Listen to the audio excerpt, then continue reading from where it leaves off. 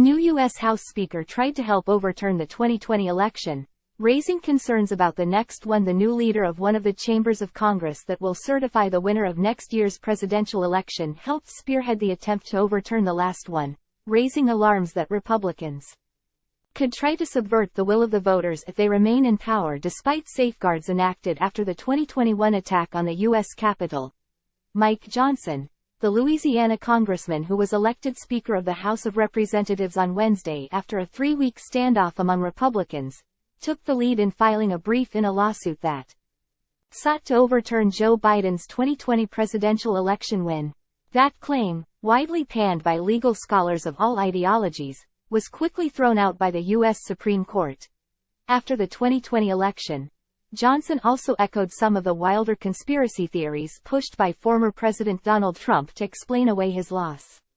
Then Johnson voted against certifying Biden's win even after the January 6 attack on the Capitol. Johnson's role 3 years ago is relevant now not only because the Speaker is second in the line of presidential succession, after the Vice President. The House Johnson now leads also will have to certify the winner of the 2024 presidential election. Time equals 400 ms, greater than. You don't want people who falsely claim the last election was stolen to be in a position of deciding who won the next one, said Rick Hasen, a law professor at the University of California, Los Angeles. On Wednesday, he flagged another worry about Johnson, who is a constitutional lawyer. Johnson is more dangerous because he wrapped up his attempt to subvert the election outcomes in lawyerly and technical language, Hasen said. Last year, Congress revamped the procedures for how a presidential win is certified, making it far harder to object in the way that Johnson and 146 other House Republicans did on January 6, 2021. But there is a conservative school of thought that no legislation can control how Congress oversees the certification of a president's win. All that counts is the Constitution's broad granting of power to ratify the Electoral College's votes. The House in January 2025 will be filled with the winners of the previous November's election, so there's no guarantee a Speaker Johnson would remain in power. To be sure, it would be difficult for the Speaker to change any of the results. The Vice President, who would be Democrat Kamala Harris at the time, presides over the joint House and Senate session in a ceremonial role and calls votes if there are enough objections to do so. Still, the goal of Trump supporters in 2020 was to advance any legal argument against Biden's win to a Supreme Court where conservative justices have a 6-3 edge, 3 of whom were nominated by Trump. A speaker who supported Trump's last effort to stay in power would be well positioned to do so again if the former president is the GOP nominee next year and loses the election.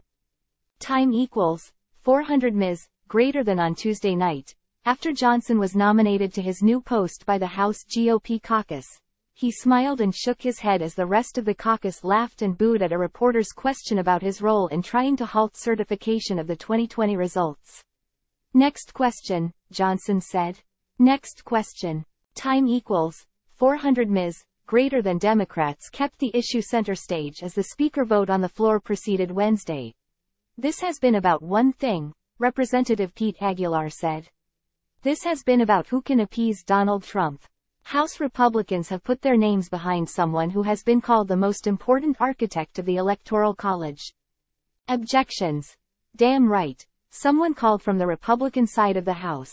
Later, House Minority Leader Hakeem Jeffries, DNY, noted that Biden had won the 2020 election. Republican Representative Marjorie Taylor Greene yelled, "No, he didn't." Time equals 400 ms, greater than. Johnson's ascension came after Trump on Tuesday torpedoed the candidacy of Representative Tom Emmer, who signed on to Johnson's brief in the lawsuit to overturn Trump's loss but ended up voting to certify Biden's win after the attack on the Capitol.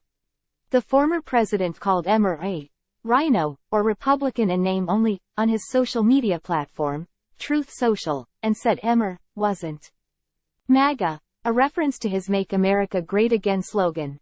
Johnson is a former attorney for the religious rights group Alliance Defending Freedom who was first elected to the House in 2016, the year Trump won the presidency. An active member of the House Judiciary Committee, he gained notice as one of the leading Republican questioners of witnesses during Trump's first impeachment in 2019. He remained one of Trump's chief defenders through the 2020 election. On November 7, 2020, 4 days after Election Day, he posted on Twitter that he had told Trump, "Stay strong and keep fighting, sir." In an interview on a Shreveport, Louisiana, radio station 10 days later, he repeated a debunked claim about an international conspiracy to hack voting machines so Trump would lose.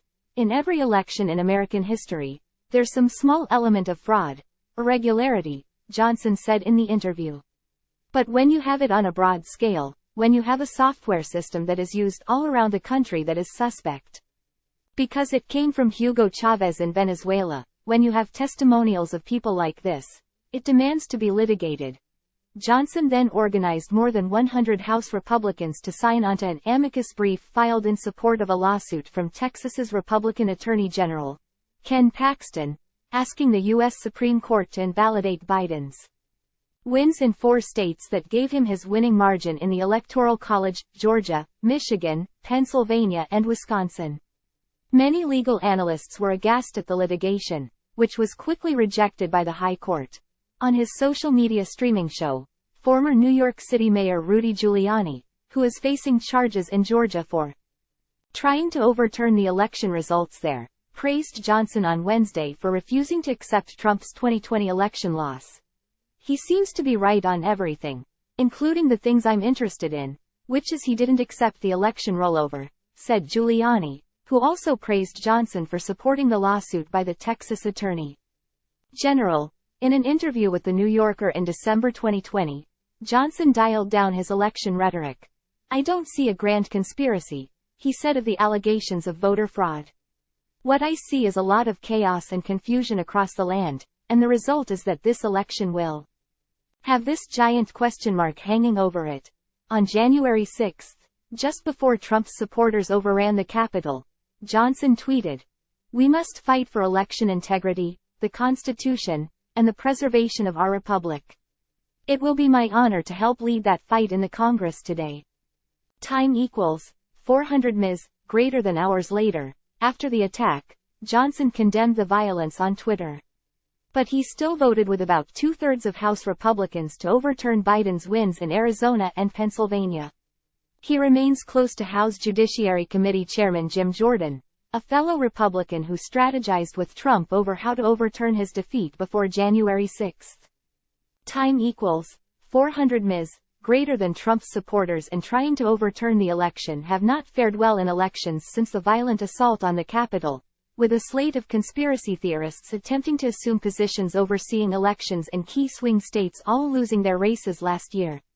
Instead, they have excelled at winning internal party contests and taking control of some state parties. Now they also have claimed one of the nation's most powerful political positions. Joanna Lidgate, Chief Executive Officer of States United Democracy Center, a nonpartisan group organizing against election deniers, said Johnson's ascension was alarming.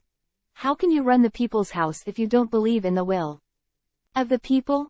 Noting the speaker's role in the peaceful transfer of power between presidential administrations, Lidgate warned, "When those in power don't take our democracy and the will of the people seriously, it can have dire consequences."